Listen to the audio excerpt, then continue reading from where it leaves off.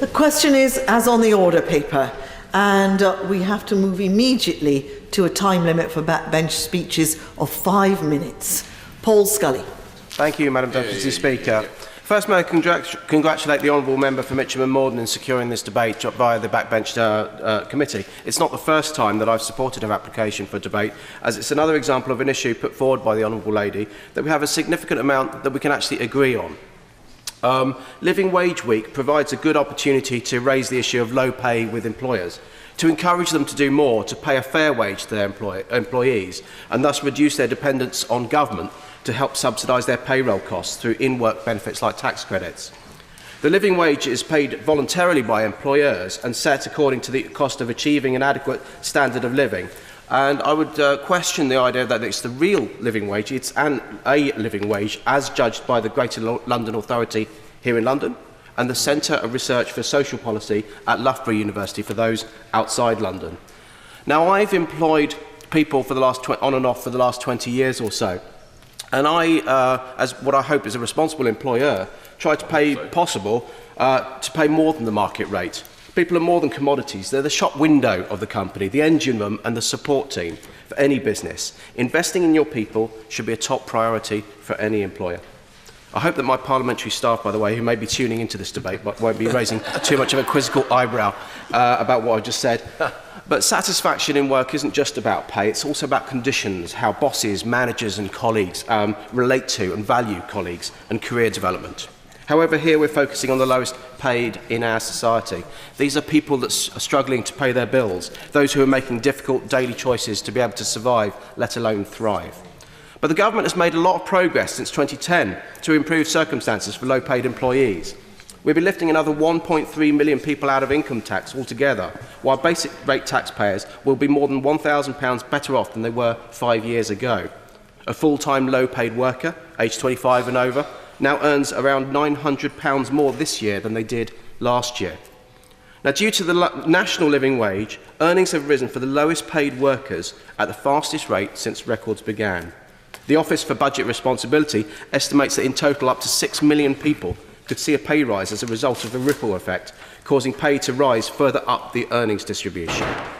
But by increasing the national living wage, taking millions of people out of tax and through welfare reforms, the government is ensuring that it always pays to be in work.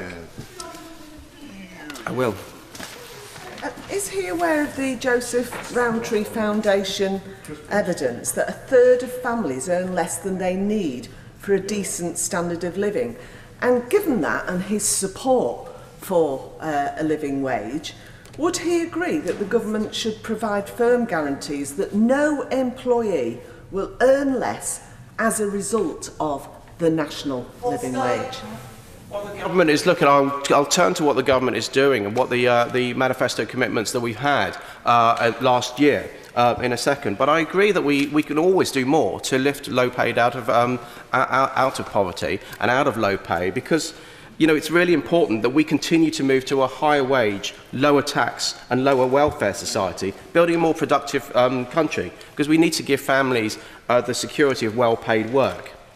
But it's important when we look at businesses and we look at the ripple effect for government to actually help businesses offset the costs of the national living wage, including, as I say, the ripple effect that I mentioned. So corporation tax is being cut, and businesses will benefit from a 50% increase to their employment allowance. One last time, yes, if I may.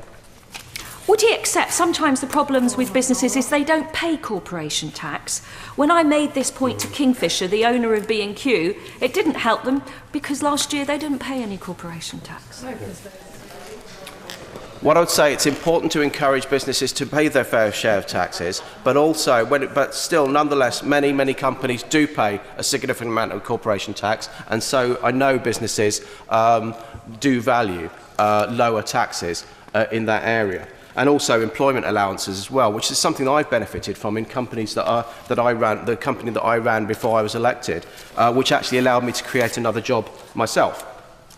Now, the Low Pay Commission is charged by the government to recommend the level of national living wage premium each year to increase the national living wage to 60% of median earnings by 2020. And on independent OBR forecast, the government expects it to reach £9 by 2020. So I don't see, I've heard nothing that has been suggested or implicit or explicit that's suggesting that the government is wavering from that commitment. So I'll be interested to hear the Minister, I'm sure, reaffirm that when she sums up at the end. Now, beyond supporting pay initiatives, the government has sought to boost jobs and apprenticeships, including involving businesses in the design of new apprenticeship standards, offering grants of £1,500 for businesses up to 1,000 employees to take on new 16 to 24-year-olds apprentices if they haven't taken one in the last year. That's been extended for another year. From April this year, employers haven't had to pay employers' national insurance contributions for apprentices under the age of 25. Now, I know that the government understands the ripple effect that I've been talking about on companies, but the ministers have pushed companies, including the minister that's in her place today, my honourable friend, to pushed companies to implement the national living wage in the spirit in which it was introduced. Now, for that reason, the example raised by the honourable member for Mitcham and Morden are really important. And I'm sure that for the examples that she was talking about where they have their board meeting tomorrow, I'm sure that company and the others will listen to the debate today. But we must also show good examples as well, where things work well, because I think then we can actually show the way, show the beacons that other companies can aspire to, and actually show the positive value by valuing employees that actually paying that little bit extra and offering those other benefits can provide. This happens in the higher paid graduate employment when we hear about companies like Mars, KPMG and Aldi and these sort of organisations that are really good for graduates. We should be looking at great examples of employers that take on a significant number of lower paid employees as well, and how that can really work for the company as well as the individual and the families of those individuals as well. But, you know, if we can get those companies to emulate, through their fair pay, their great conditions, excellent career prospects and varied productive work, I think that between those two examples, good and bad, the Honourable Lady is onto a very significant campaign that I hope employers will be listening to. Lynch.